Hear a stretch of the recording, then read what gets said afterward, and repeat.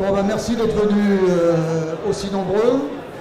Donc, toutes ces tables rondes sont organisées en coopération entre la revue Progressiste, qui est une revue qui traite des thèmes sciences, société, environnement, et qui est en vente là-bas dans le coin, et également de la section universitaire du Parti communiste de l'Université Paris-Saclay. Voilà. Aujourd'hui, à côté de moi, Sylvestre Huette. Je suis pas trompé, ça va, c'est bien dans le bon sens, je vais regarder. Donc Sylvestre Huette, bon, qui est bien connu pour son blog dans le Monde et qui désormais tient une rubrique scientifique hebdomadaire tous les mardis dans le journal de l'Humanité, et qui est donc journaliste scientifique depuis combien? 1986. Donc il a un petit peu de bouteille et le vin n'est pas encore frelaté. Bon.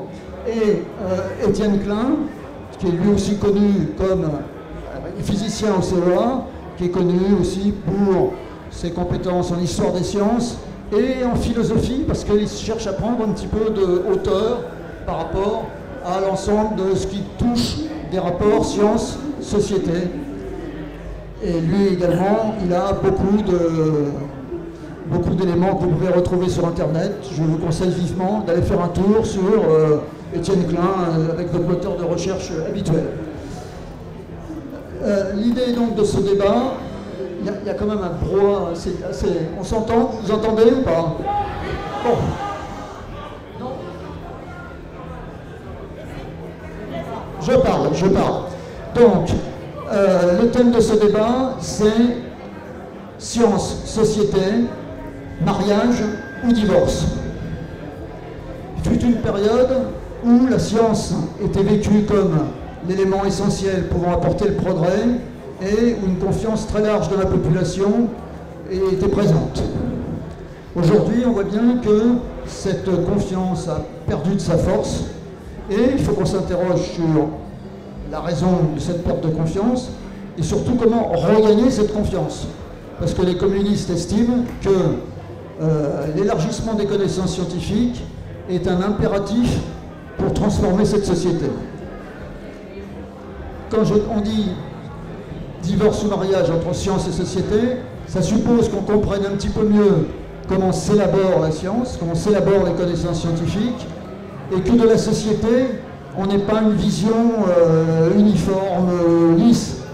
La société, c'est à la fois des citoyens qui veulent comprendre, c'est aussi des puissances économiques dominantes qui veulent utiliser la science, plutôt l'innovation, essentiellement à leur profit. Donc vous voyez bien que ce thème société, en fait, il est un peu diffus, je dirais pas confus, mais trop diffus. Mais en même temps, ça permet de lancer le débat. Bien, maintenant il faut qu'on rentre dans le vif du sujet. Donc, il y a toute une série de thèmes qu'on va aborder. Je vous propose que le premier de ces thèmes, ça pourrait être la différence qu'il y a entre la science et la recherche. Même si la science n'avance que par la recherche, science et recherche, c'est pas exactement la même chose. Et la confusion entre ces deux termes conduit, de mon point de vue, et je crois du point de vue aussi d'Étienne, à des dérives dangereuses. Je propose donc que sur ce thème, science et recherche, l'un et l'autre interviennent, sachant que vous n'êtes pas obligé d'intervenir de façon égale pour chacune des questions, mais en fonction de comment vous vous sentez prêt à apporter plus que ce qu'a fait le précédent. D'accord? À toi, Étienne. Bonjour à toutes et à tous, vous m'entendez bien? Bon, voilà, je suis ravi d'être ici, j'ai été invité par le biais de Sylvestre, mais avant de parler du sujet et de répondre à la question, je voulais faire un petit propos liminaire d'une minute, parce que j'ai accepté l'invitation, j'ai de l'amitié pour Sylvestre depuis des années, donc j'honore mon engagement, mais il y a quand même des choses qui se sont passées entre-temps que je veux signaler. La présence d'un monsieur qui fait du rap ici, il en a fait ailleurs dans d'autres fêtes, et j'ai pas aimé ce qui s'est passé. Voilà, je le dis simplement. Par exemple, il a été invité à une autre fête, et un des responsables d'un parti politique que vous connaissez bien a fait un tweet en disant « Un antisémite n'a pas sa place à la France insoumise ». si M. Médine l'était, il ne serait pas invité. Vous voyez le raisonnement? Et le monsieur qui a fait ce tweet, paraît-il, a un doctorat de mathématiques. Et pourtant, il raisonne comme une casserole. Si le critère pour ne pas être jugé antisémite, c'est d'être invité par LFI, je pense qu'on va assister à une reconfiguration du sens du mot. Et dans le journal L'Humanité, il y a eu un éditorial, je ne sais plus la date, qui ne m'a pas plu du tout. Voilà. Et je le dis simplement, pour qu'on soit clair, pour que ma présence ici ne serve pas de caution à ce genre de choses. Il est dit dans l'éditorial que toute cette campagne contre le fameux rapport est orchestrée par l'extrême droite. Sous-entendu, si on est choqué par sa présence, c'est qu'on est d'extrême droite. Eh bien non, moi je suis choqué par sa présence et j'interdis quiconque de dire que je suis d'extrême droite. J'ai terminé. Voilà. Maintenant, oui, parce que l'extrême droite, c'est l'extrême droite. C'est pas autre chose que l'extrême droite. Et en disant cela, on la pénalise. Maintenant, je réponds à votre question. La confusion entre la science et la recherche, moi je l'ai vu vraiment opérer lors de la pandémie de Covid-19 qu'on a tous vécu ensemble. La science et la recherche, évidemment, ne sont pas étrangères l'une à l'autre, mais elles sont différentes. Et quand on les confond, en effet, ça produit une grande confusion dans les esprits. La science, il n'y a pas vraiment de façon simple de la définir, mais en gros, la science est constituée de savoir, de connaissances, qui constituent, pense-t-on, les bonnes réponses à des questions bien posées. C'est-à-dire des réponses que vous pouvez évidemment critiquer, contester, mais en toute rigueur, vous ne pouvez le faire que si vous avez des arguments scientifiques pour le faire. Vous ne pouvez pas dire que votre ressenti, vos croyances, vos préjugés sont suffisants pour contester un résultat scientifique. Alors, parmi les résultats scientifiques qui sont difficiles à contester, il y a par exemple le fait que la Terre est ronde, que l'atome existe, que l'espace-temps est en expansion, que les espèces vivantes évoluent, etc., etc. Ça sont des connaissances extrêmement solides, mais elles constituent un corpus dont nous savons qu'il est incomplet. C'est-à-dire qu'il contient, ou pose plutôt des questions dont nous savons que nous n'en connaissons pas les réponses. Vous voyez que c'est un doute très particulier que je suis en train d'évoquer. Nous savons que nous ne savons pas. Et donc c'est un doute qui est basé sur la connaissance. Ce n'est pas un doute qui est basé sur le fait qu'on ignore qu'on ne sait pas. Ça, c'est les ignares qui sont comme ça. D'ailleurs, il y a une différence entre l'ignorance et le fait d'être ignare. Un ignorant sait qu'il ignore. Un ignare ne sait pas qu'il ignore. Et quand le monsieur dont j'ai parlé a dit « Ouais, la Shoah, je n'étais pas trop au courant », il n'est pas ignorant, il est ignare, ce qui est beaucoup plus grave. Je referme cette parenthèse qui n'aurait pas dû surgir. Voilà. Et donc, ce corpus de connaissances pose des questions, et c'est parce que ces questions sont des questions dont nous savons que nous n'en connaissons pas les réponses, que nous faisons de la recherche. Par exemple, les physiciens des particules se demandent si le neutrino, qui est une particule élémentaire qu'on connaît depuis très longtemps, est identique ou non à son antiparticule. On n'en sait rien. On fait des recherches. Est-ce qu'il existe une vie extraterrestre? On n'en sait rien. Donc on fait des recherches, etc., etc., etc. Donc ce que je veux dire par là, c'est que le doute, ce doute-là, le fait de savoir qu'on ne sait pas, est le moteur de la recherche. En même temps, c'est sur combustible. Parce qu'à mesure qu'on obtient des réponses, d'autres questions surgissent et le doute vient coloniser d'autres espaces. Mais quand on confond la science et la recherche, alors le doute, qui est consubstantiel à la recherche, vient coloniser l'idée même de science. Et vous entendez des gens dire la science et le doute. Mais depuis quand la science et le doute? D'ailleurs, si la science était vraiment le doute, pourquoi jugerait-on utile de l'enseigner? Il y a des choses qu'on sait, il y a des choses qu'on ne doit pas débattre, mais enseigner. Toutes les questions ne méritent pas un débat. Par exemple, c'est pas la peine de débattre avec des platistes, avec l'idée qu'ils sont 17%. Au nom de la démocratie, on va débattre avec les platistes. Non, non, la Terre est ronde, c'est classé.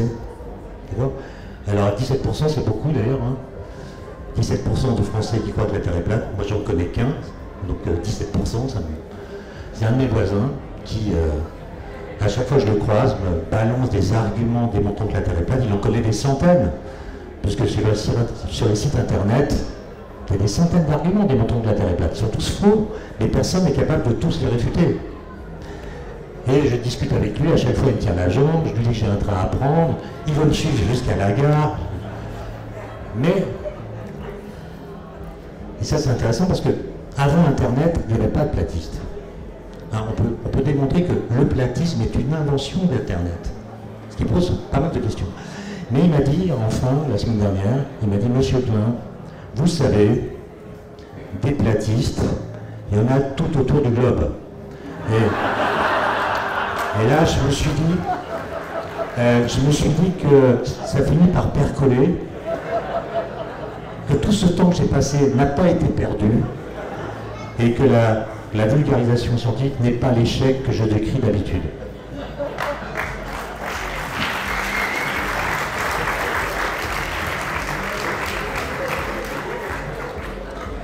Alors, merci Étienne d'être venu malgré. Je ne vais pas épiloguer sur cet épisode, mais juste l'ignorance dont il était question, c'était sur des faits d'histoire. Et comme je devine qu'on ne va pas beaucoup parler des sciences humaines et sociales, qu'on va surtout parler de sciences de la nature, d'ingénierie, de technologie, des problèmes posés par l'usage ou le non-usage des technologies, c'est une des questions centrales de l'humanité au XXIe siècle, notamment face aux crises du climat et de l'énergie. Mais je voudrais quand même dire un petit quelque chose sur les sciences humaines et sociales, donc l'histoire, les sciences économiques, etc. Et est-ce que dans ces sciences humaines et sociales, il y a du vrai qu'on ne remet plus en doute, comme la Terre est ronde? Est-ce qu'il y a des faits sur lesquels les membres d'une communauté scientifique sont tous d'accord au point que celui qui commence à le contester, on considère que c'est un âne? Ben oui, il y en a. Bon, par exemple, en histoire, si vous mettez dans votre copie d'étudiant en première année qu'il n'y a pas eu de chambre à gaz à Auschwitz, vous avez 0. On ne va pas vous dire c'est une opinion, hein. Vous avez 0. Et on vous dit, bah, relisez votre cours, puis vous n'avez pas votre diplôme à la fin de l'année. Et ce n'est pas une censure politique, c'est que vous n'avez pas travaillé, vous n'avez pas lu votre manuel, voilà. Bon. Mais je ne vais pas parler d'histoire, je vais parler de sciences économiques. Dans le chapitre 5 du dernier rapport du groupe 3 du GIEC, les économistes se posent les questions des relations qu'il y a entre la sobriété, dont on nous parle comme une nécessité absolue pour avoir des émissions de gaz à effet de serre nous permettant de ne pas faire un enfer de la Terre d'ici quelques décennies pour les êtres humains. La sobriété, les inégalités de revenus et de patrimoine, la publicité. Ils discutent de ces trois phénomènes et des relations qu'il y a entre eux, et ils arrivent à des conclusions définitives qui font consensus, puisque c'est dans le rapport du GIEC, chez tous les économistes, même ceux qui sont à fond pour le capitalisme. Si vous avez de trop fortes inégalités de patrimoine et de revenus dans une société, alors il est impossible d'obtenir des comportements de sobriété généralisés de la part de l'ensemble de la population, parce que les pauvres vont dire, ou même les classes moyennes vont dire, eh oh, tant que Bernard Arnault il continue à faire l'aller-retour Paris-New York avec son jet privé ou avec un 320 kg 30 fois par an, vous n'allez pas me demander à moi de renoncer, par exemple, à une fois tous les 5 ans, j'ai fait assez d'économies pour payer un charter pour aller avec 15 jours en vacances dans un pays avec du soleil. Et ça peut sembler être un discours de militants politiques. Non, c'est un fait scientifiquement établi, publié dans des revues, un comité de lecture en sciences économiques, et un économiste qui commencerait à expliquer que c'est pas vrai, il serait considéré comme un âne par tous les économistes. Alors évidemment, les économistes qui pensent que la seule société possible, imaginable, c'est le capitalisme, ils ont un problème. Donc ils essayent de contourner le truc. Mais ils n'osent pas expliquer à leurs collègues économistes, qu'ils soient pour ou contre la société capitaliste, que ce que je viens de dire sur les relations qu'il y a entre sobriété et inégalité de revenus et de patrimoine est faux. Ils n'osent pas, parce que là, ils ont 0 sur leur copie.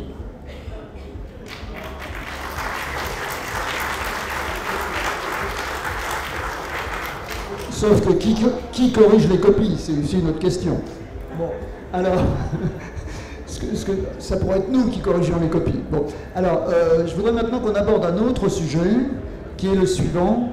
Pourquoi la science progresse grâce à la coopération, et non pas comme on cherche à nous le faire croire, essentiellement sur la base de la compétition entre les meilleurs et les un peu moins que meilleurs et les médiocres. Donc je pose la question à Sylvestre et à Étienne. Vous, de votre connaissance des progrès scientifiques, pouvez-vous nous expliquer en quoi la coopération au sein d'une équipe, de différentes professions, entre équipes, entre nations, a été et est le facteur essentiel de progrès de la connaissance scientifique? Alors c'est une question compliquée parce que si vous prenez des domaines comme l'astrophysique, la physique des particules, la physique nucléaire, on a besoin de moyens importants. Par exemple, pour la physique des particules, il faut créer des collisions de particules à haute énergie pour recréer les conditions physiques de l'univers primordial.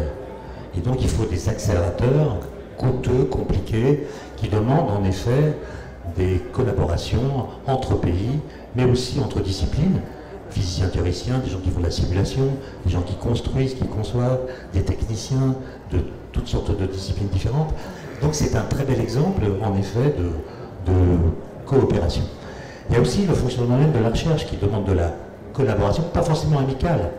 Karl Popper, un philosophe des sciences que j'aime citer, disait « La science, ou plutôt la recherche, c'est la coopération amicalement hostile des citoyens de la communauté du savoir. » Ça veut dire quoi? Ça veut dire que vous êtes scientifique, non pas parce que vous avez subi une cure de désintéressement personnalisée qui ferait que vous seriez objectif, qui ferait que vous ne fassiez plus d'erreurs, qui ferait que vous ne subissiez aucune influence culturelle, philosophique, idéologique, religieuse.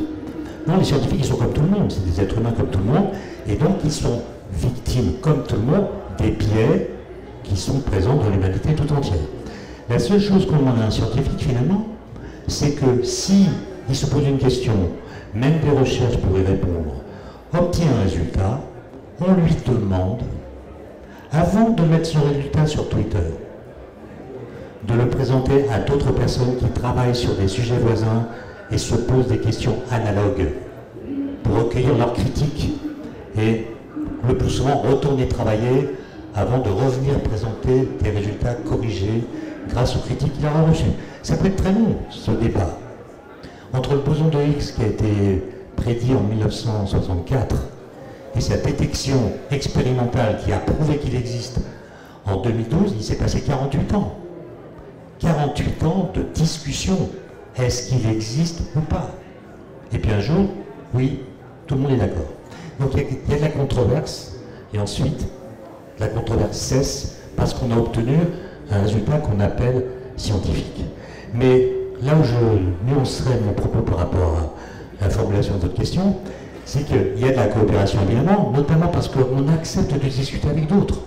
Pas forcément sympathiquement. Moi j'ai assisté à des colloques de physique extrêmement violents, mais ça a lieu. Et c'est important que ça ait lieu, même si ça n'est pas toujours régi par la politesse de l'esprit. Mais en même temps, il y a une émulation qui vient de la concurrence. Même si vous prenez au CERN, où il y a un accélérateur circulaire, ça dépend des machines, mais il y a plusieurs expériences sur l'anneau. Une première, puis une deuxième, et elles sont d'une certaine façon en compétition. Qui va trouver la particule en premier?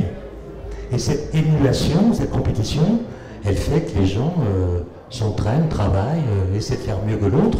C'est pour ça qu'au CERN, on ne parle pas de coopération, on ne parle pas non plus de compétition. On a inventé un terme, vous allez me dire que c'est un peu macronien parce que c'est du en même temps, mais on appelle ça la coopétition. Coopétition. Je trouve ça assez juste. Non, mais tu sais pas que je suis macronien. Je trouve ça assez juste. Je t'ai pas dit ça non plus. Merci. Donc je vais aller dans des directions un peu différentes, pas de celle que Étienne vient de creuser. Finalement, pourquoi on nous pose cette question? Parce que depuis, on va dire, 15-20 ans, dans les pays développés où se fait l'essentiel de la recherche scientifique mondiale, les gouvernements, à cause de ce qui se passe au niveau économique et des équilibres budgétaires des États, veulent avoir le maximum de résultats avec le minimum de moyens, parce qu'ils se disent que, voilà, contraintes budgétaires, ils appellent ça. Et donc, ils veulent fouetter la communauté scientifique pour qu'elle produise plus. Et comme c'est des âmes qui ne comprennent rien à la science, ils pensent que la seule solution, c'est de les faire se battre les uns contre les autres, de les mettre en concurrence, de personnaliser les projets de recherche à outrance, etc. Et évidemment, ça marche très très mal. Pourquoi ça marche très très mal? Parce qu'on est à un stade du développement de la science, par exemple en biologie, en études du système Terre, etc., où ce qui produit le plus d'avancées scientifiques profondes, c'est la mise en commun d'un très grand nombre de données, de leur analyse par des équipes très importantes, internationales, et qui ne peuvent évidemment produire, bien mettre en commun d'abord les données, et ensuite produire des analyses à ces très très grandes échelles, que si ils ont des bonnes relations de travail. Aujourd'hui, c'est commun d'avoir des articles, enfin, en physique des particules, les trucs que connaît bien Étienne, un article avec 1000 auteurs, ça existait déjà il y a 15 ans, maintenant il y en a des 3000 auteurs, mais ça existe aussi maintenant en biologie, ça existe dans d'autres domaines, dans le domaine des sciences de la nature, et tous ces gens-là, ils coopèrent.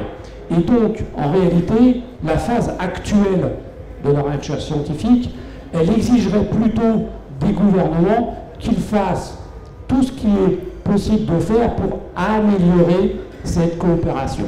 Et d'autre part, il y a une dimension mondiale qui est absolument cruciale.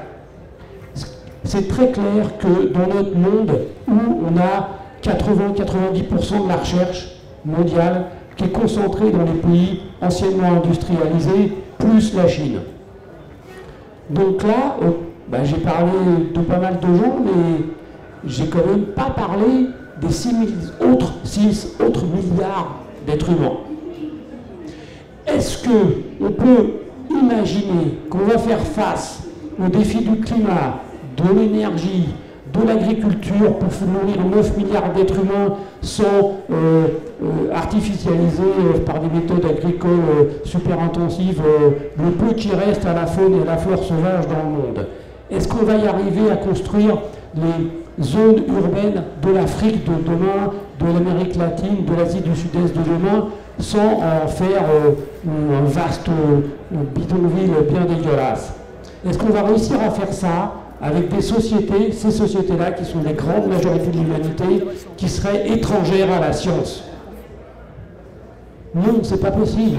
On a absolument besoin d'une politique de coopération scientifique en direction des pays pauvres où il y a la majorité de la population mondiale pour les aider à s'approprier le plus vite possible, le plus massivement possible, la démarche scientifique, les méthodes scientifiques, les résultats de la science, pour pouvoir utiliser des technologies et des modes d'organisation sociale, les seuls susceptibles de leur permettre de résoudre des problèmes économiques et sociaux parfois dramatiques. On a encore 800 millions de personnes qui ne mangent pas assez sur la Terre. On a 800 millions de personnes qui n'ont pas d'électricité chez elles. Alors, eh bien, pour résoudre ces problèmes-là, il va falloir beaucoup de science et beaucoup de technologie. Et si, dans les politiques des pays riches, il n'y a pas la volonté d'aller associer ces milliards d'êtres humains à la démarche scientifique, aux méthodes scientifiques et à ses résultats, eh bien, on ne résoudra pas ces problèmes. Et c'est beaucoup dans cet esprit-là que je pense qu'il faut poser la question de coopération ou compétition en sciences. Merci.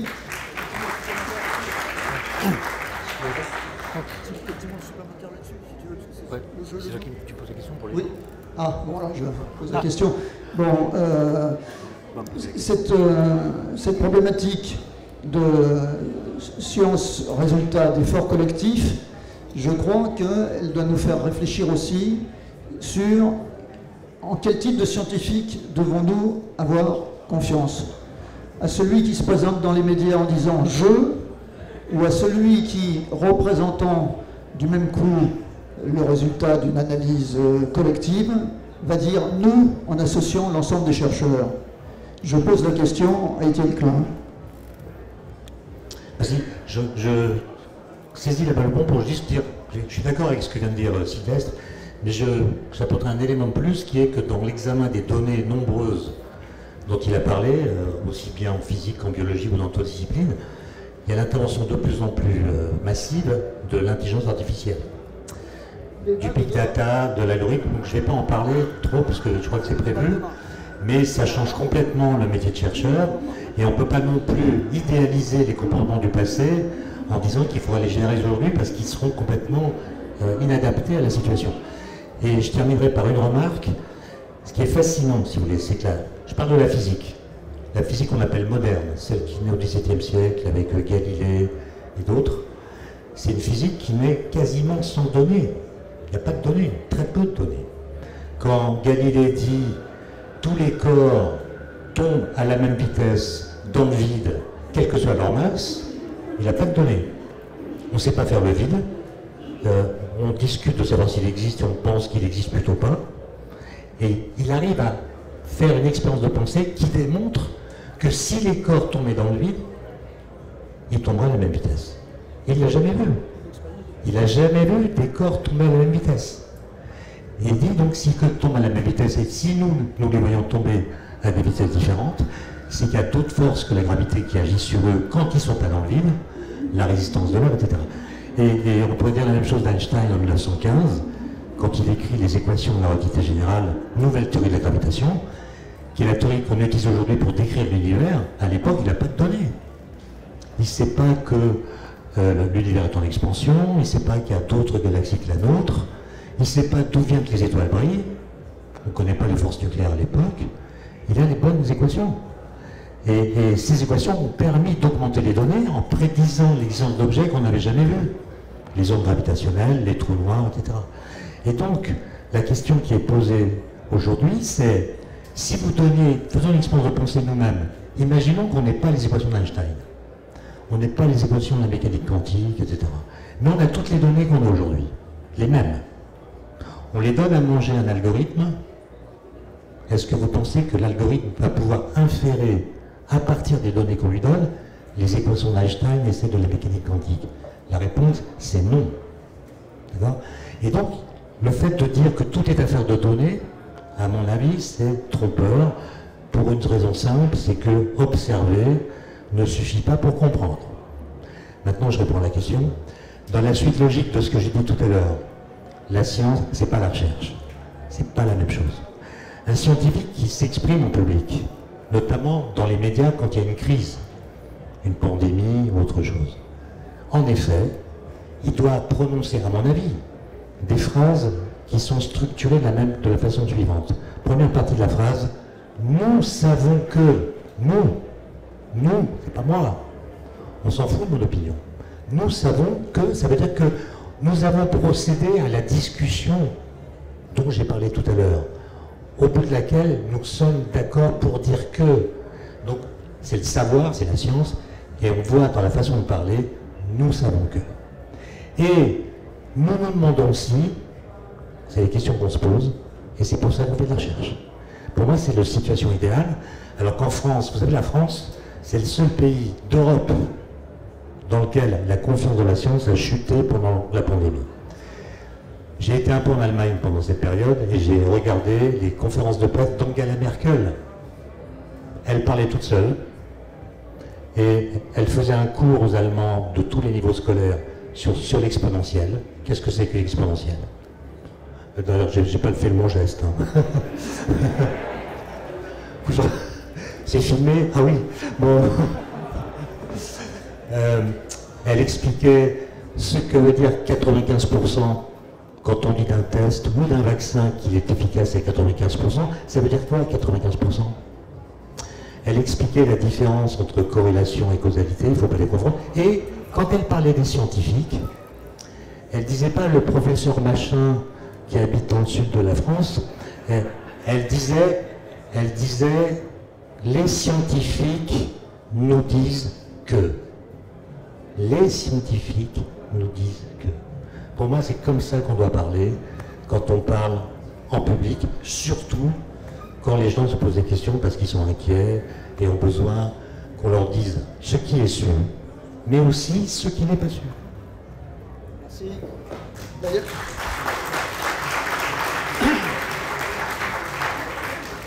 D'ailleurs, tout à la fin, Étienne, tu en es d'accord, tu nous feras une petite explication simple sur ce qui permet qu'on reparte plus savant qu'on était à l'arrivée, sur ce qui différencie la causalité, la corrélation. Si, tout à la fin, ça sera le petit bouquet final. D'accord, bien. Alors, maintenant, si vous voulez bien, tous les deux, je voudrais qu'on vienne sur le fait qu'il y a une notion qui est en recul, en particulier dans les discours d'un grand nombre de politiques, pas le Parti communiste, mais beaucoup d'autres, c'est la notion de progrès. Et par contre, une notion qui est mise en avant systématiquement par le monde macronien, mais pas uniquement par le monde macronien, qui est celui de l'innovation. Bien avant. Mais ça a quand même pris un essor. 2005. Pour moi, ça a pris un essor dans les 10 dernières années. Donc, quand on traite de l'innovation et du progrès, pourquoi cette notion de progrès est considérée par certains comme désuète et trop globalisante, et pourquoi cette notion d'innovation est autant mise en avant? Lequel de vous deux veut commencer? J'aurais juste à rajouter quelque chose à la question d'avant, sur la confiance. Cet été, début de l'été, le comité d'éthique du CNRS a publié un avis sur l'expression publique des chercheurs. Est-ce qu'ils ont le droit de s'engager politiquement, etc., etc. Bon, je ne développe pas ce qu'il y a dans cet avis. Juste un point. Dans cet avis, il est dit que les chercheurs ont des responsabilités vis-à-vis de leur communauté scientifique et vis-à-vis des citoyens quand ils s'expriment. Parce que comme ils s'expriment en se présentant ou en étant présentés comme des scientifiques, du coup, ils sont présentés comme porteurs d'un savoir. Quelle confiance on peut avoir dans cette prise de parole? Eh bien, finalement, le comité d'éthique dit, bah, il y a des règles, il faut que les scientifiques précisent que s'ils parlent de leur domaine de compétence ou pas, et puis il faut qu'ils soient capables d'exprimer le consensus existant dans la communauté scientifique sur un sujet. S'ils ne le font pas, alors il y a un problème. Bon, on a eu une petite allusion aux scientifiques du sud de la France, il s'agit de Didier Raoult. Tout le monde l'avait compris. Didier Raoult a tué des gens par sa parole. Et il a une parole qui a provoqué des comportements à risque. On ne saura jamais combien il a tué de gens. Mais il a tué des gens, c'est une évidence. Et donc, comment est-ce que les citoyens, voire les dirigeants, peuvent déterminer à qui ils doivent faire confiance, notamment quand il faut prendre une décision de politique, n'usage ou pas d'une technologie, etc., encadrement, réglementation, qui doivent-ils écouter? Ils ont besoin d'avoir une expertise de l'état de la science. Parce que l'idée que les dirigeants politiques vont lire les articles qui paraissent dans les revues dites primaires où les chercheurs exposent leurs résultats et leurs hypothèses, bon, ça c'est impossible, hein, parce qu'il y a des millions d'articles qui paraissent par an. Et en plus, il faudrait qu'ils soient capables de les comprendre, ce qui est très douteux. Donc, il faut organiser l'expertise de ce qui est connu pour transformer ça en quelque chose de digérable comme aide à la décision pour les dirigeants politiques et pour les citoyens. C'est par exemple le rôle du GIEC. Le dernier rapport du GIEC a expertisé plusieurs dizaines de milliers d'articles scientifiques sur le sujet. Moi, personnellement, même si j'en lisais 3 par jour, je ne pourrais pas. Et aucun des membres du GIEC n'a lu tous ces articles. En revanche, ils se sont organisés pour être sûrs que tous les articles importants soient lus, expertisés au minimum par plusieurs personnes, et qu'ensuite, on ait confiance dans le résultat final, qui est beaucoup à la fois l'exposé des résultats, mais aussi une appréciation, une évaluation de la robustesse des résultats. Certains sont très fiables, d'autres beaucoup moins. Ça dépend d'où en est la science. Et ça donne les rapports du GIEC. Le dernier rapport du GIEC, paru en 2021 et 2022, il fait quand même 10 000 pages. J'ai fait un bouquin sur la base de ça. On voit bien que ces 10 000 pages, dont ils font des résumés hyper lapidaires en 3 fois 30 pages, c'est ça la base de connaissances sur laquelle devrait être fondée toute une série de politiques, notamment dans le domaine de l'énergie ou de l'agriculture, de l'organisation urbaine, des transports, etc., etc. Comment faire? Ce qui est très bien, c'est qu'on a la première étape. L'expertise, elle est réalisée et elle est très bien réalisée. La perfection n'est pas selon, mais disons très bien. Ensuite, il faut qu'elle soit diffusée, compréhensiblement par les dirigeants et par les citoyens. Et enfin, troisième étape, il faut qu'elle serve de base au débat politique et aux délibérations et aux décisions.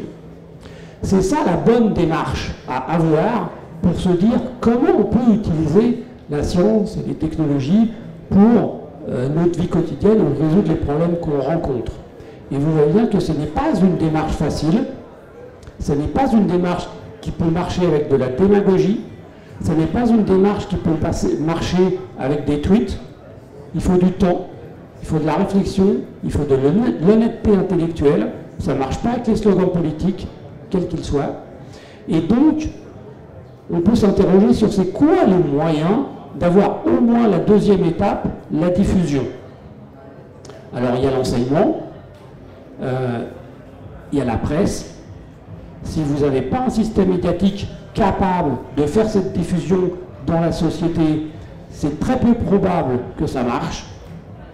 Et puis, il y a un truc très important, c'est qu'est-ce que les leaders d'opinion, notamment les responsables politiques, vont en dire. Il faut absolument que les dirigeants politiques disent à leurs électeurs, aux citoyens, nous écoutons ces expertises, nous fondons notre politique là-dessus, et donc, quand il y a un résultat d'expertise qui est solidement établi, je ne le remets pas en cause. Sous prétexte que ça ne me plaît pas, que ça ne va pas avec ma préconception du sujet, avec mes préjugés ou avec ma vision de la société. Parce que si on a des dirigeants politiques qui, après une expertise correctement conduite, la mettent en cause, alors les citoyens, nécessairement, ils sont perdus. Et c'est de leur responsabilité, des dirigeants politiques, d'organiser cette expertise. Le GIEC a été mis en place par les gouvernements, et il a produit une expertise qui n'a pas plu à beaucoup de gouvernements, justement parce qu'elle était bonne. Et donc, du coup, on a des forces politiques qui disent, par exemple, oui, le GIEC exagère, etc., etc. Il faut surtout exiger des dirigeants politiques, tous, qu'ils aient le respect le plus absolu d'une bonne expertise dont on a un résultat fiable. Du coup, si on exige ça, on peut leur exiger aussi l'inverse, c'est-à-dire que quand l'expertise est mal organisée, par exemple que vous avez une agence d'expertise des risques sanitaires, des produits de consommation ou des médicaments, et que, notamment en raison l'influence, y compris financière, exercée par des entreprises privées, le système est pourri, alors c'est de la responsabilité des dirigeants politiques de le réformer et de s'assurer qu'il fonctionne bien, c'est-à-dire qu'il ait des bonnes missions, des bons budgets et les bonnes personnes à la tête. Et ça, c'est ce que vous avez à exiger du gouvernement et de l'Assemblée nationale. Sur cette notion de progrès et innovation, tu veux... Alors, je suis d'accord avec Sylvestre. Une petite nuance, le GIEC ne dit pas ce qu'il faut faire. Et je pense que ça, c'est un problème général. C'est-à-dire que si on l'applique non pas seulement au climat, mais disons aux nouvelles technologies, on a tous compris que la science, en effet, produit des connaissances, mais elle produit aussi une forme d'incompétence ou d'incertitude par le fait que la science ne dit pas ce que nous devons faire des possibilités qu'elle nous donne. La physique nucléaire vous dit comment faire un réacteur nucléaire, elle ne vous dit pas si vous devez le faire. La biologie vous dit comment faire des OGM, elle ne vous dit pas si vous devez en faire. Quand l'idée de progrès était vivace, toutes les possibilités de la science étaient explorées au motif que la science était le moteur de l'idée de progrès. Bon, mais le progrès est une notion qui a été abandonnée quasiment par le fait que sa théorisation par les philosophes des Lumières au XVIIIe siècle était quand même très naïve. Quand même très naïve. Et la suite de l'histoire a montré cette naïveté. Mais pour rebondir sur votre remarque à propos de la date de l'apparition du mot innovation, à l'Académie des technologies, avec un logiciel, on a regardé dans l'histoire des discours publics les occurrences du mot progrès. C'est un long sujet, je vais juste donner la conclusion, mais c'est quelque chose qu'on a publié, vous pourrez le retrouver. Et ce qu'on voit, c'est que le mot progrès, pendant 3 siècles, a été écrit avec une majuscule. Il a perdu sa majuscule après la Deuxième Guerre mondiale. Et il a commencé à décliner en fréquence à partir de 1980. À une époque où réapparaît dans la langue française un mot très ancien qu'on avait complètement abandonné, qui est le mot innovation. Donc c'est pas une invention macroniste. D'accord ? Et... On dit que c'était une accentuation. Attendez. Le progrès descend, l'innovation monte, le croisement s'est fait en 2003, et le mot progrès a complètement disparu des discours publics et politiques entre 2007 et 2012. Et qu'à écouter par exemple les discours des candidats à la présidentielle de 2007, tous utilisent le mot progrès, le revendiquent à leur façon. 2012, plus. Donc le mot progrès a été remplacé par le mot innovation. On pourrait dire c'est la même chose, c'est deux synonymes, le remplacement de l'un par l'autre est neutre, et finalement on a modernisé notre discours sur le progrès. Et quand on regarde attentivement les rhétoriques d'autrefois dans lesquelles on insérait le mot progrès, et qu'on les compare aux rhétoriques d'aujourd'hui dans lesquelles on insère le mot innovation, on s'aperçoit que notre façon de parler d'innovation ne rend pas justice à l'idée de progrès. Je vais le démontrer très rapidement. Qu'est-ce que ça veut dire croire au progrès?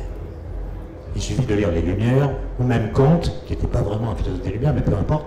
Ça veut dire configurer le futur à l'avance, d'une façon crédible et attractive. Crédible, parce que le progrès, ce n'est pas l'utopie. Il ne s'agit pas de penser à un autre monde inaccessible. Il s'agit de penser à un monde différent du nôtre, vers lequel un chemin que nous pouvons identifier permet de l'atteindre. Et il faut que ce soit attractif, parce que le progrès n'est pas automatique. Il faut travailler pour le faire advenir. Kant dit « le progrès est une idée doublement consolante et sacrificielle ». Elle est doublement consolante parce qu'elle console des malheurs du présent, nos enfants vivront mieux que nous, et ajoute-t-il, elle est également consolante parce qu'elle donne un sens au sacrifice qu'elle impose. Croire au progrès, c'est se sacrifier. Pour le dire en une phrase, c'est accepter de sacrifier du présent personnel au nom d'un futur collectif. Ce qui suppose une philosophie de l'histoire. Ce qui suppose que on ait une philosophie qui permette de penser le passage du temps. Les philosophies de l'histoire se sont effondrées, c'est plutôt une bonne nouvelle. Et sans philosophie d'histoire, l'idée de progrès tombe en panne d'autant plus qu'aujourd'hui. Quand un scientifique parle du futur, je ne parle pas d'un physicien des particules ou d'un astrophysicien qui, eux, peuvent continuer à nous faire rêver. Je parle d'un scientifique qui parle sur le climat, sur la biodiversité, sur les pollutions diverses. Quand il parle du futur, c'est crédible, parce que c'est de la science, mais c'est pas attractif. Et du coup, l'idée de progrès, elle est prise en porte-à-faux et on ne sait plus comment la garantir. Et donc, moi, ma philosophie personnelle, c'est de dire finalement, comme je l'ai dit, l'idée de progrès dans son énoncé initial, c'est quand même une idée très naïve. Plutôt que de l'abandonner, il faut la retravailler, c'est-à-dire la soumettre à elle-même, c'est-à-dire faire progresser l'idée de progrès. Et quand vous lisez Condorcet, ou Diderot, ou d'Alembert, c'est quand même très naïf, non? Quand Condorcet dit qu'il y a un embrayage automatique entre les différentes formes de progrès, un progrès scientifique engendre un progrès technique, ensuite un progrès moral, d'abord un progrès matériel, ensuite un progrès moral, ensuite un progrès politique. Ben non, il n'y a pas d'embrayage automatique. Quand d'Alembert conclut l'article Géomètre dans l'encyclopédie en disant « Prenez une nation tyrannique, formez-y quelques géomètres, quelques mathématiciens, quelque temps plus tard, le peuple se libérera de son joug. » On voit bien que d'Alembert n'a pas visité la Corée du Nord où il y a d'excellents mathématiciens. Ça suffit pas, c'est con, enfin c'est... Voilà. Et donc, il faut repenser tout ça et travailler l'idée de progrès pour qu'elle devienne à nouveau opératoire et soit débarrassée de toutes les naïvetés dans lesquelles on l'avait insérée. Juste pour finir, croire au progrès, finalement, c'est penser que le temps qui passe est constructeur. Constructeur, ça veut dire complice de notre liberté et de notre volonté. Le temps est notre allié. Si vous croyez au progrès, vous pensez que plus de temps aura passé dans le futur, mieux ça sera. Or, la rhétorique de l'innovation, elle est différente. Je ne vais pas faire tout l'historique du mot, mais simplement citer deux exemples. Au XIIe siècle, le mot innovatio en latin, apparaît dans le vocabulaire juridique. Ce qu'on appelait une innovatio à l'époque, c'est ce qu'on appelle aujourd'hui un avenant à un contrat. C'est ce qu'il faut changer à un contrat pour que le contrat ne change pas. Donc l'innovation est associée à un principe de conservation, ce qui est signe de mauvais signe quand même. Ensuite, le mot va circuler dans d'autres secteurs, mais l'innovation, par exemple, il y a un livre de Francis Bacon de 1632, donc avant le siècle des Lumières, dans lequel le livre s'appelle Essais et conseils civils et moraux. Dans ce livre, qui est traduit chez Vrin en français, que vous pouvez acheter place de la Sorbonne, il y a un chapitre qui s'appelle l'innovation. C'est la première fois que quelqu'un associe innovation et technique. Et qu'est-ce que dit Francis Bacon? Il dit le temps qui passe est corrupteur. Le temps qui passe aggrave les situations, dégrade les situations. Comment empêcher que le mal l'emporte, que les dégradations deviennent irréversibles? Par l'innovation technique. Donc l'innovation technique, il la pense comme ce qui maintient le monde en le préservant de la dégradation qu'impose le temps qui passe. C'est encore un principe de conservation. Et c'est notre rapport actuel à l'innovation. Quand vous regardez le document européen de l'Union H2020 en 2010, donc c'est avant Macron. Hein. Non, on ne va pas faire un débat sur... C'est juste pour dire que c'est une vieille histoire.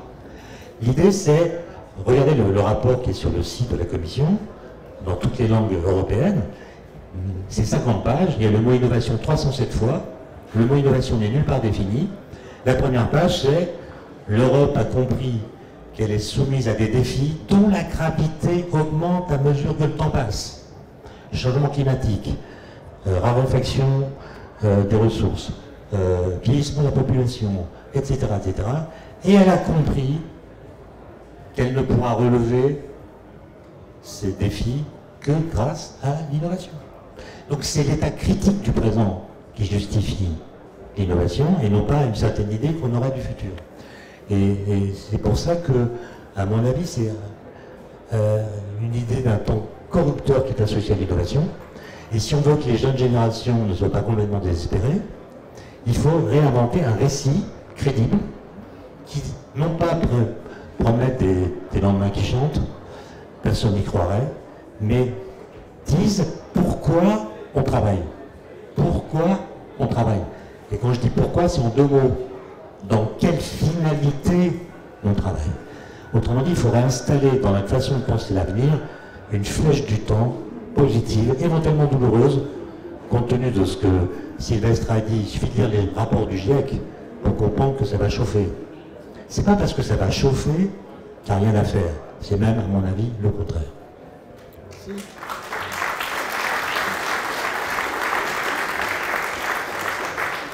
Alors je me permets quand même de faire remarquer que ce débat se tient sous l'égide de la section universitaire PCF de Paris-Saclay, mais également de la revue progressiste, avec un P majuscule.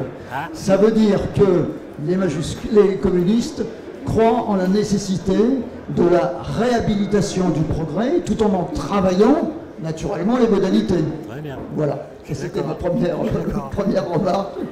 Et la deuxième remarque, je crains de l'avoir oublié. Non, je ne l'ai pas oublié. En fait, je trouve très intéressant ce que tu as redit sur la naïveté de la conception des Lumières, comme quoi les progrès scientifiques engendreraient automatiquement des progrès techniques, moraux, sociaux, économiques.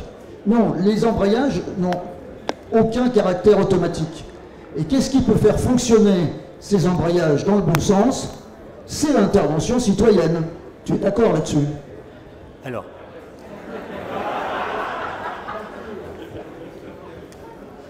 mais moi je suis jamais complètement d'accord. Mais je suis un peu d'accord évidemment. Mais attendez, l'intervention citoyenne, c'est d'ailleurs des débats publics. Pardon? Les débats publics. Oui, les débats publics. Évidemment, normalement une société démocratique, je pèse mes mots, une société démocratique doit pouvoir décider démocratiquement du type de compagnonnage qu'elle souhaite avoir, notamment avec les nouvelles technologies. Par exemple, quelles sont les décisions qu'on accepte de déléguer à de l'intelligence artificielle? Ça, c'est une question qu'on devrait pouvoir débattre. Quelles sont les sources d'énergie qu'on va privilégier dans le futur compte tenu de ce que le GIEC nous apprend? Il y a plusieurs options, il faut qu'on en débatte. D'accord? Le problème, c'est que quand ces questions sont discutées, notamment médiatiquement, ou pire, dans Twitter, on observe une décorrélation assez forte entre la militance et la compétence. Je veux dire que les gens qui sont militants, qui sont pour ou contre, quand je... Oui, attends, militant pour ou contre une paix. Non mais attends, moi aussi je suis militant là, Non mais je veux dire, militant, vous êtes... Par exemple, vous dites, je suis pour le nucléaire. Moi, je suis contre le nucléaire. Très bien, vous êtes militant, très bien.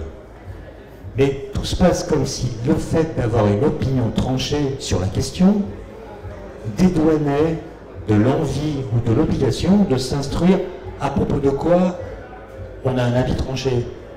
Et ça ne va pas. On ne peut pas faire de débat public dans ce genre de situation. Moi, mes amis qui sont pro-nucléaires, qui ne sont pas scientifiques mais pro-nucléaires, je leur demande, les amis, pourquoi est-ce qu'on met de l'uranium-235 dans les centrales nucléaires? Pourquoi on ne met pas de l'aluminium ou du tungstène? Ils ne savent pas me dire. Si je discute avec mes amis qui sont anti-nucléaires, je leur pose la même question. Les amis, pourquoi on met de l'uranium dans les centrales? Pourquoi on ne met pas autre chose? Ils ne savent pas répondre. Ils ne se sont même jamais posé la question. C'est ça que j'appelle la décorrélation entre la militance et la compétence.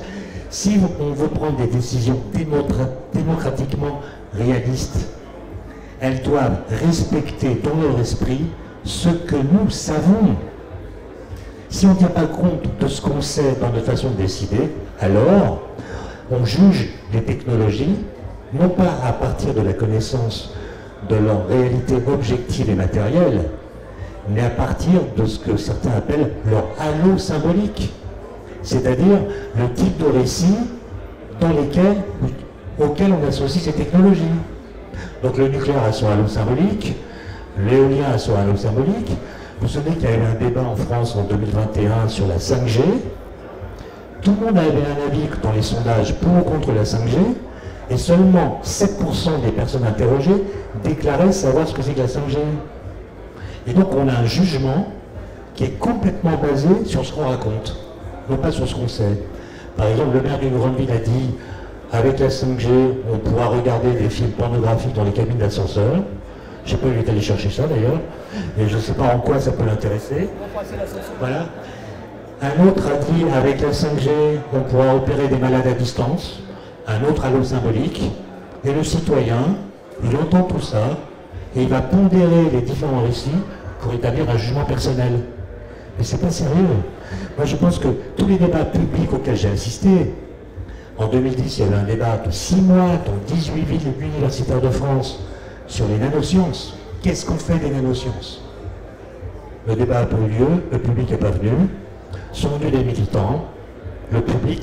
Si vous voulez, le droit de savoir, on a le droit de le revendiquer. Le droit de savoir, il est parfaitement légitime. Mais s'il n'est pas accompagné du désir de connaître, voilà, qui demande un travail. Regardez, vous êtes tous conscients que se forger un avis, c'est pas la même chose qu'avoir un avis. Se forger un avis, c'est bosser, c'est se servir, se sortir le cerveau du crâne, le poser sur une enclume, taper dessus avec un marteau, avec des arguments, des connaissances, des interpellations d'experts, et à la fin de cette torture, on a un avis qu'on est capable d'argumenter. Mais moi, j'en peux plus de lire des tweets de personnalités politiques sans aucun argument, juste des avis. Une démocratie ne peut pas vivre dans un commentariat généralisé. Les commentaires de commentaires, non. À un moment, il faut dire ce qu'on sait et faire en sorte que les gens l'apprennent. Avec toutes les difficultés que ça contient, j'en suis bien conscient, parce que notre cerveau, il aime bien être diverti, voilà, plutôt qu'apprendre.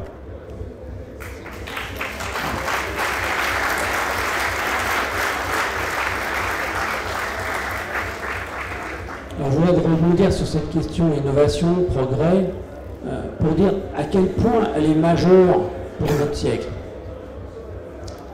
D'abord en commençant par une critique des pouvoirs politiques actuels et passés. Dans la salle, s'il y a des scientifiques qui connaissent ce truc, le CIR, le Crédit d'impôt recherche. C'est un truc, c'est la plus grosse niche fiscale existante actuellement, de l'ordre de 6 à 7 milliards d'euros par an. Ça fait 2 fois le budget du CNRS, à peu près. Et le mécanisme est le suivant. Une entreprise déclare aux impôts qu'elle a développé une innovation, et donc on va lui faire un crédit d'impôt, quelque part lui donner de l'argent, ou elle ne va pas donner de l'argent, donc du coup on va le prendre au contribuable que vous êtes, uniquement parce que c'était innovant. Oui, mais ce que ça veut dire, c'est que l'État a délégué à des entreprises privées dont l'objectif numéro 1, c'est la rentabilité du capital investi, le soin de décider qu'est-ce qui est bon et qu'est-ce qui est mauvais pour la société comme innovation. Cette décision structurelle parle de l'idée que dès lors qu'une entreprise fait une innovation, elle doit être récompensée sans que l'on se demande si les conséquences de l'innovation en question sont positives ou négatives pour la société. Alors, il y en a sûrement des positives, hein, mais je vous en donne une. Il y a des banques qui ont le crédit d'impôt recherche pour avoir développé des algorithmes de trading haute fréquence et de machin, de prêt, etc., qui ont abouti à la crise de 2008. Pourquoi c'est très grave de faire ça? Parce qu'on ne peut pas se contenter de l'état actuel des technologies si on veut résoudre nos problèmes. Alors, je ne peux pas faire un truc général, donc je viens juste quelques petits exemples. On est 8 milliards, on va être 9. pour augmenter la production alimentaire en proportion du nombre de bouches à nourrir qu'augmente, il n'y a que deux solutions. Soit vous augmentez les rendements à l'hectare, soit vous augmentez les hectares cultivés. Il n'y a pas d'autre solution. Aujourd'hui, on sait très bien qu'il ne faut pas augmenter les hectares cultivés dans plein de régions du monde. Parce que ça veut dire que ce qui s'est réduit déjà en peau de chagrin pour la faune sauvage et la flore sauvage, qui sont en danger d'extinction pour des milliers d'espèces, dont les populations sont réduites à des chiffres dérisoires au regard de la diversité génétique nécessaire. Donc il faut absolument augmenter les rendements à l'hectare, en particulier dans les pays pauvres. Et il faut le faire sans le faire avec les techniques engrais, pesticides, insecticides, fongicides massivement utilisés. On enlève toutes les haies, on passe les... Enfin, ce qu'on a fait, hein, nous, depuis 1950. Il ne faut pas faire ça parce qu'on connaît les résultats. Pollution, etc. Et pour y arriver, il va falloir beaucoup de science et de technologies, pas nécessairement des trucs super high-tech, mais en tout cas beaucoup de connaissances. Je vais vous prendre un deuxième exemple qui est connexe et qui va vous faire sourire. Quand vous lisez les études des scientifiques qui se demandent comment se passer d'engrais qu'on fabrique avec du méthane, donc des énergies fossiles, gaz à effet de serre, etc. L'une des solutions pourrait être vos urines. Alors, c'est une question de cycle. Dans vos urines, il y a l'azote qui était dans les végétaux que vous avez mangés et qui provient des engrais. Et où il va après cet azote, une fois que vous l'avez mangé? Eh ben, il va dans la Seine, si vous êtes à Paris. Ok, il y a une station d'épuration, mais ça récupère que 40%, enfin en tout cas à peu près la moitié de l'urine. Le reste, ça se termine dans la mer, c'est la perte, qui nécessairement doit être compensée par un nouvel apport d'engrais dans les champs. Eh bien, l'idée que l'une des transformations les plus profondes qu'on pourrait faire à l'aménagement urbain et au réseau d'assainissement dans les pays où il y a déjà des villes depuis longtemps, où il n'y a pas beaucoup de croissance des villes, et surtout dans les pays où on n'a pas encore construit ces villes, de séparer les sels de l'urine pour que l'urine soit utilisée pour faire un engrais azoté naturel, en tout cas qui n'aura pas besoin d'utiliser l'énergie fossile.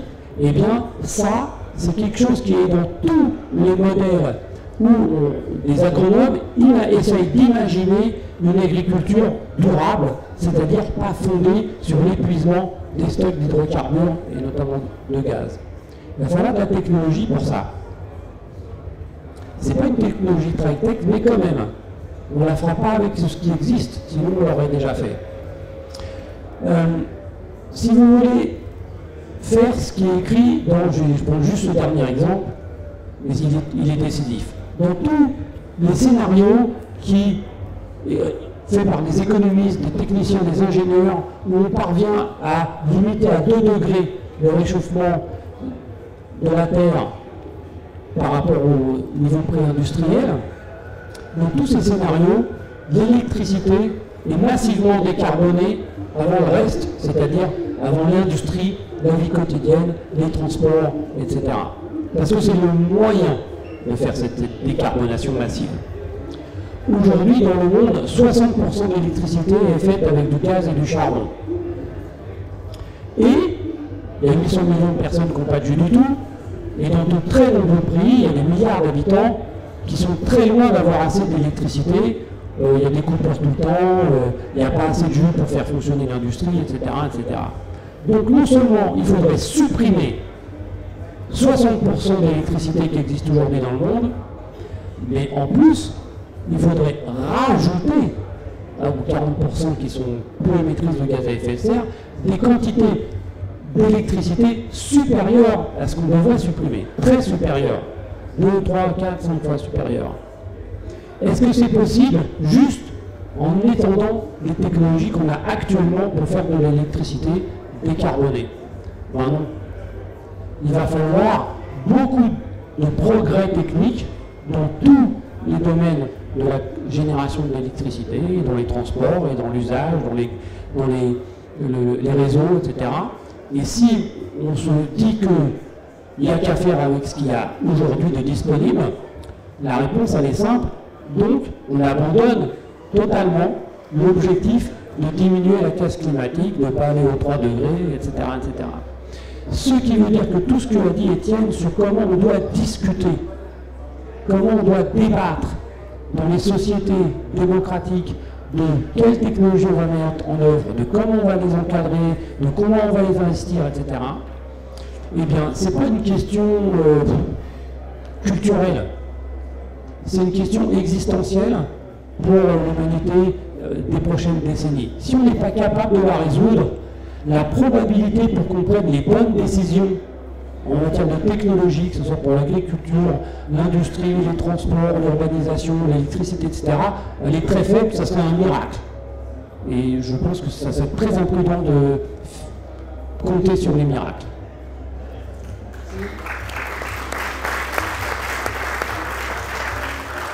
Alors, il faut que j'essaye de gérer au mieux le temps. Je vous propose à tous les deux de revenir justement sur l'idée, les scientifiques proposent, à partir de leurs connaissances, et en fait, aujourd'hui, dans une situation où c'est l'économie, une société non démocratique qui décide, au fonctionnement non démocratique qui décide, comment vous voyez, vous, dans un avenir pas trop lointain, les leviers pour qu'on fonctionne autrement, c'est-à-dire la science propose et les citoyens qui ont eu accès à la culture décident. Je vous demande d'être relativement court, s'il vous plaît. Après, il y aura, vous êtes d'accord sur corrélation, un petit topo de Sylvestre sur corrélation causalité. Et après, on donnera quand même la parole à la salle avec ses questionnements. Court, s'il vous plaît.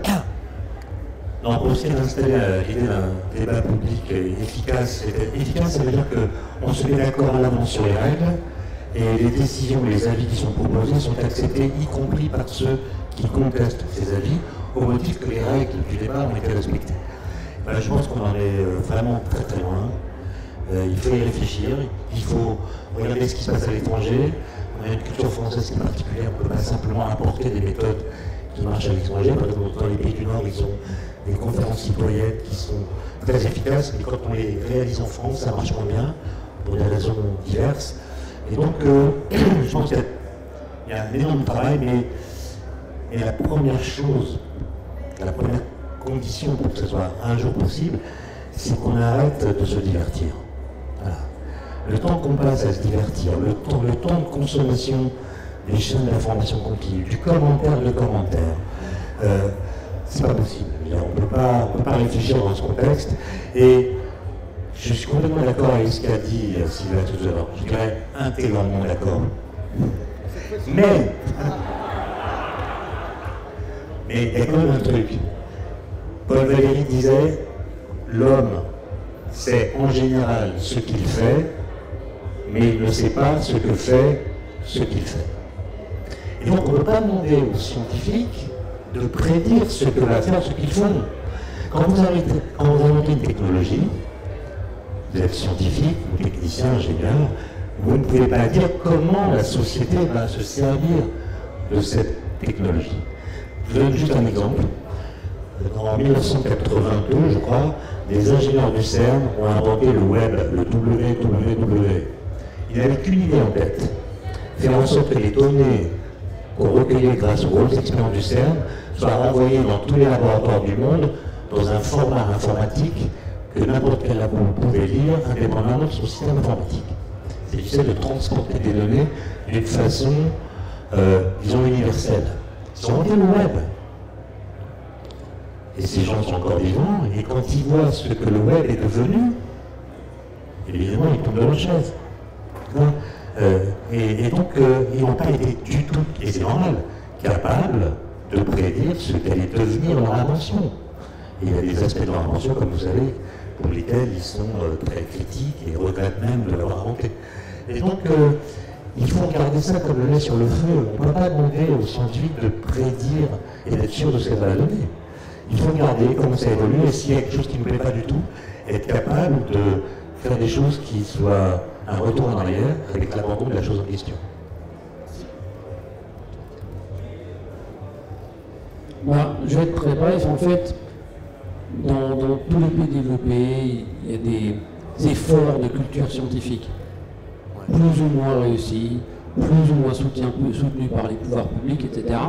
Et souvent, les responsables politiques qui réfléchissent à cette question d'une manière parfois sincère, il faut élever le niveau de culture de la population dans le domaine des sciences et des techniques.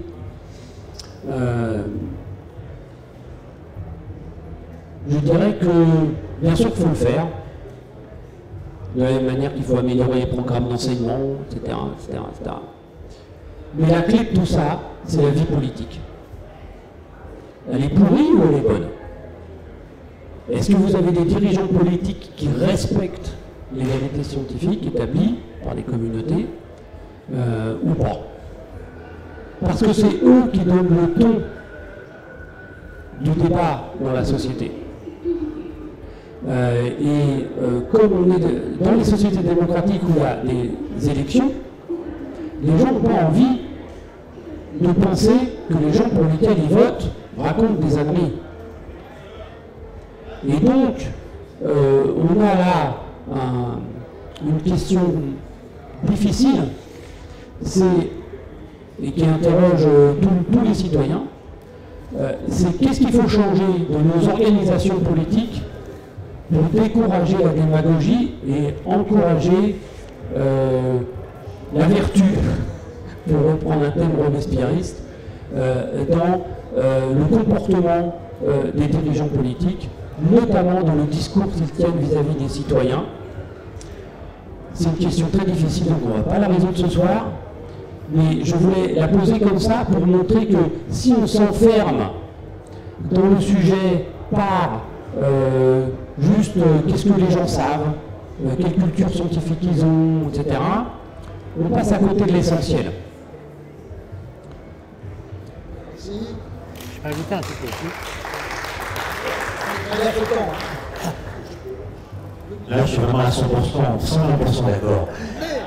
Parce que moi, je suis quelqu'un d'optimiste, mais quand j'ai vu les auditions de responsables politiques qui ont pris des grandes décisions sur l'énergie en France, qui ont été auditionnés par une commission d'enquête de l'Assemblée nationale et du Sénat que vous avez peut-être vu, là, mon optimisme s'est complètement effondré.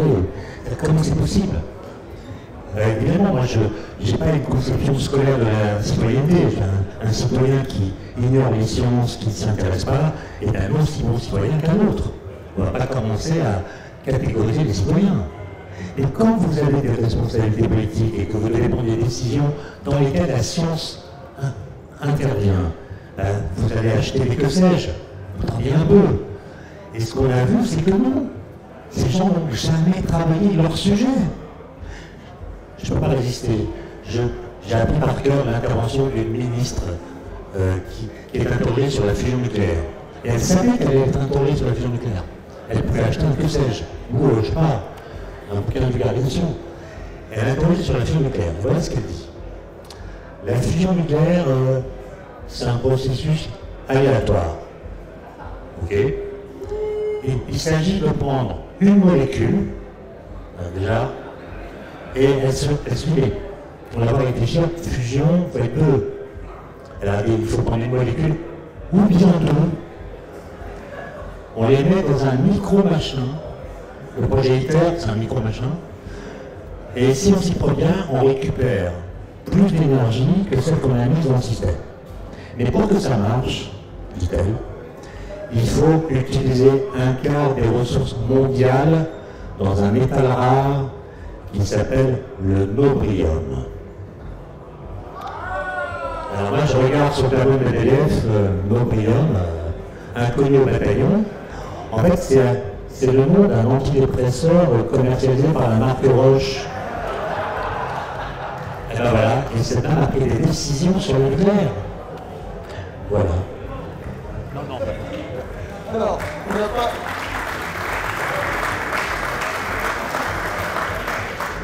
tout à fait fini. Alors, comme je sais que l'écoute doit être un peu plus forte quand on fait les annonces, pas tout à fait à la fin, mais presque à la fin, donc je précise deux choses. A été évoqué l'impact de l'IA, qu'on appelle intelligence artificielle, même si ce n'est pas vraiment une forme d'intelligence. Il y aura un débat, donc, table ronde demain, ici à 15h, avec Cédric Villadi, Yvan Lavallée, directeur de Progressiste, et deux représentantes d'une start-up qui utilise justement l'intelligence artificielle pour le développement de recherche en agroécologie. Donc ça, c'est demain à 15h. Deuxième chose, vous êtes diffusé à la sortie deux petits papiers qui ont été élaborés dans la section universitaire du PCF de Paris-Saclay. L'un qui s'appelle « Le Nobel et le chaudronnier », oui, qui cherche à montrer, à partir de l'expérience professionnelle et politique d'un de nos camarades, comment fonctionnait la recherche il y a 40 ans, comment elle fonctionne aujourd'hui et comment on voudrait qu'elle fonctionne demain. Donc, précipitez-vous à la sortie pour avoir ce papier, ainsi que celui qui présente ce qu'on voudrait être le projet communiste pour la science et la recherche scientifique. Vous ne battez pas, il y en aura en principe pour tout le monde. Hein. Alors, ensuite, maintenant, je donne la parole pour un tout petit... C'est la fin du fusil d'artifice, comment on appelle ça dans un feu d'artifice, la dernière. Le bouquet final, je cherchais le bouquet final, donc bouquet final sur corrélation, etc. Et après, le questionnement de la salle, parce que vous êtes quand même en attente de réponse à certaines de vos questions. C'est ça, c'est pas parce qu'un événement suit un autre événement que le premier est l'effet plus ou moins. Voilà. Ensuite, c'est pas parce que les choses sont corrélées qu'il y a une relation de causalité qui les lie. Et donc, pour le comprendre, il suffit de regarder les sketchs de Coluche. Coluche, dans un sketch, dit « N'allez jamais à l'hôpital, on y meurt 10 fois plus que chez soi. Okay » Et d'une façon générale, c'est pas parce qu'il y a des grenouilles après la pluie qu'on a le droit de dire qu'il n'y a plus les grenouilles. Cela dit, j'ai appris récemment qu'il n'y avait plus de grenouilles. Donc... Alors, merci pour ce bouquet final. Merci à nos deux intervenants. Et maintenant, si vous avez des questions dans la salle, tout en respectant les débatteurs suivants, est-ce qu'il y en a? S'il vous plaît, approchez-vous dans le micro. Attends, il y a un monsieur après vous. Chez vous.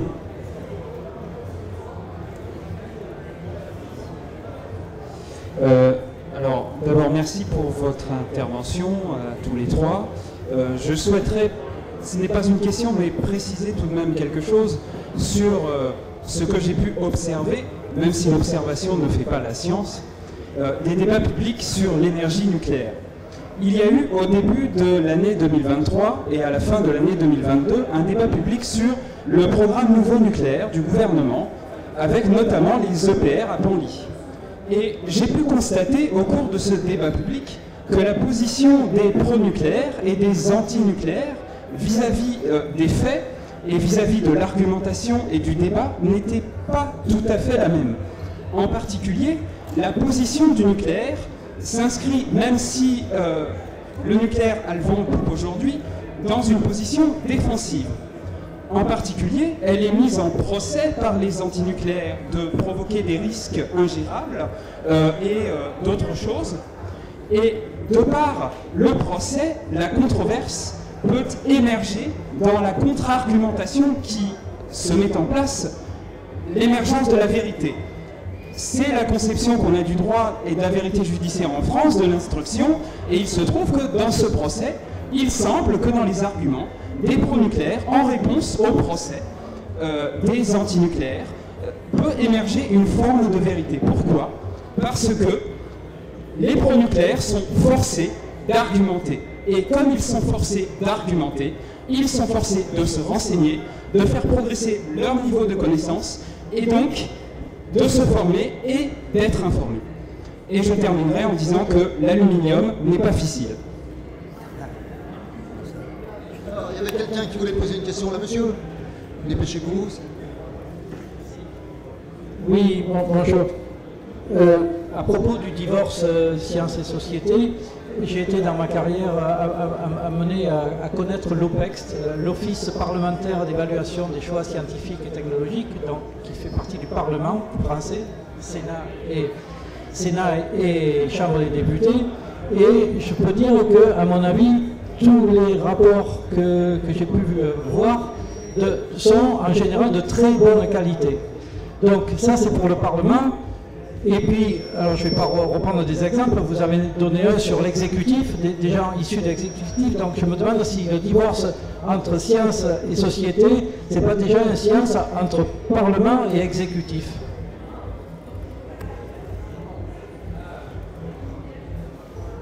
Les rapports de l'OPEX souvent sont bons, le dernier est catastrophique.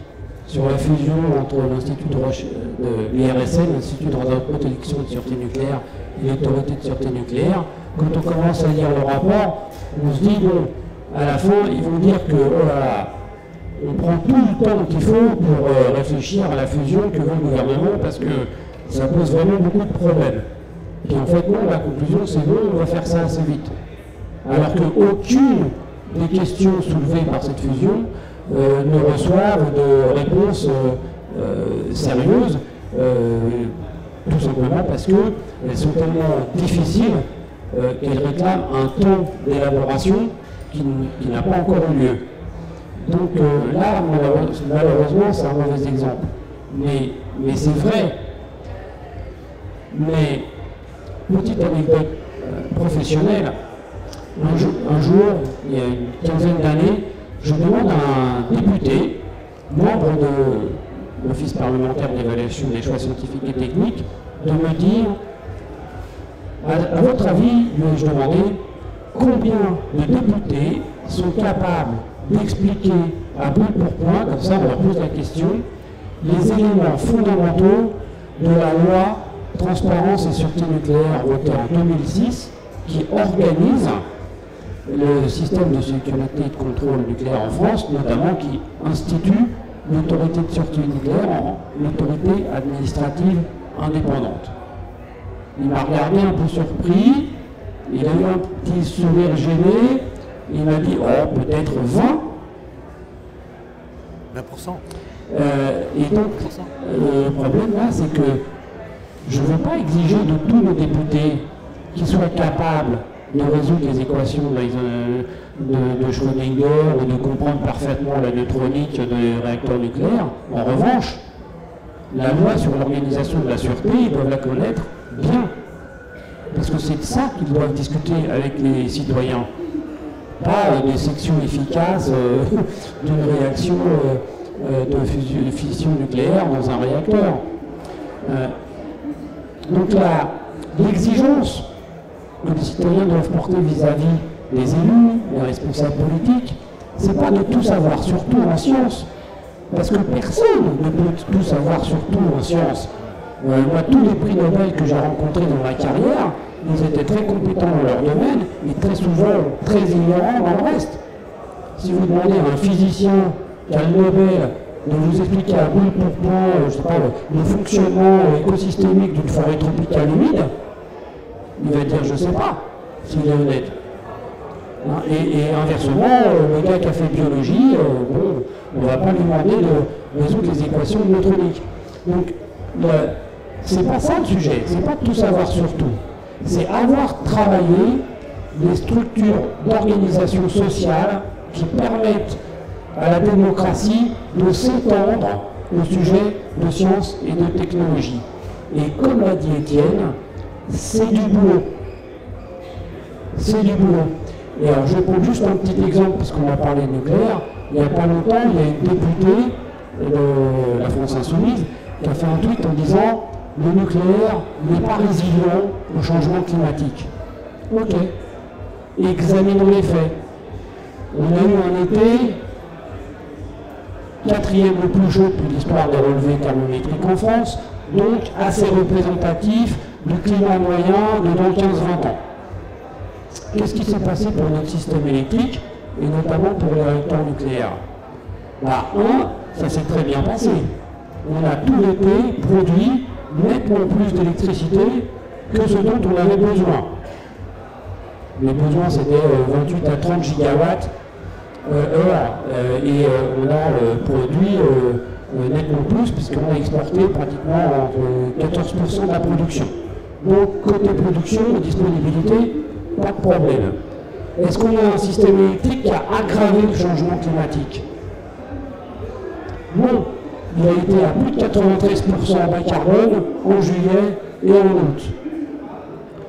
C'est-à-dire l'objectif de décarbonation du système électrique est rêvé par le GIEC pour dans 50 ou 60 ans, à l'échelle mondiale. Est-ce qu'il a porté atteinte à la qualité de nos rivières? Alors je ne sais pas encore, parce qu'on le saura quand les résultats des analyses quotidiennes faites par toutes les centrales seront publiés et accessibles à n'importe qui sur les sites web des centrales. Mais l'année dernière, on a eu un été pire, avec une canicule, etc. Et il y a eu la publication de toutes les données d'observation sur les rivières, au droit et en aval des centrales nucléaires. Combien on a de cas où il y a eu des problèmes? Taux d'oxygène, température de l'eau, mortalité piscicole, changement dans les communautés microbiennes, phytoplancton, zooplancton, tout ça est observé tout le temps. C'est réglementaire, c'est obligatoire. Et tout ça est public sur les sites des centrales. Et quand il y a une canicule, les réglementations sont plus dures, et EDF est obligé de faire un rapport à l'automne à l'autorité de sûreté nucléaire qui reprend toutes les données. Rien de vraiment significatif. Donc, quand vous avez une dirigeante politique, en l'occurrence, qui vous affirme quelque chose comme ça, eh bien, le problème, c'est qu'il faut être capable de vérifier si ça correspond à la réalité. Ça demande du travail. Et ça demande, pour l'information des citoyens, que ça fasse partie des missions de la presse. Et là, qu'est-ce qu'on apprend à l'école de journalisme? Quand le train est en retard ou qu'il y a un accident, c'est une information. Mais s'il arrive à l'heure, ce n'est pas une information.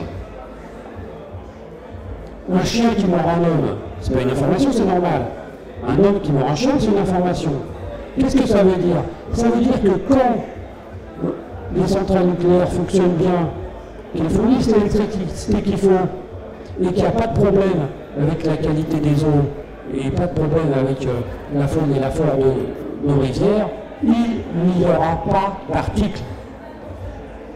Alors que vous avez tous entendu ou lu des articles au début d'été sur « va y avoir des problèmes ».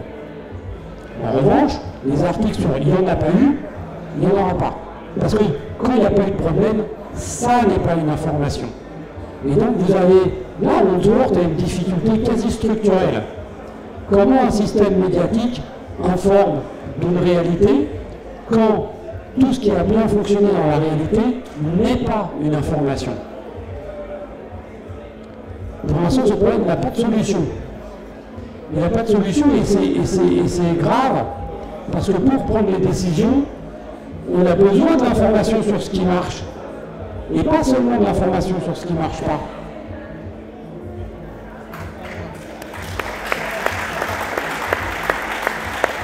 Une toute dernière chose, mais c'est pas pour relancer Étienne.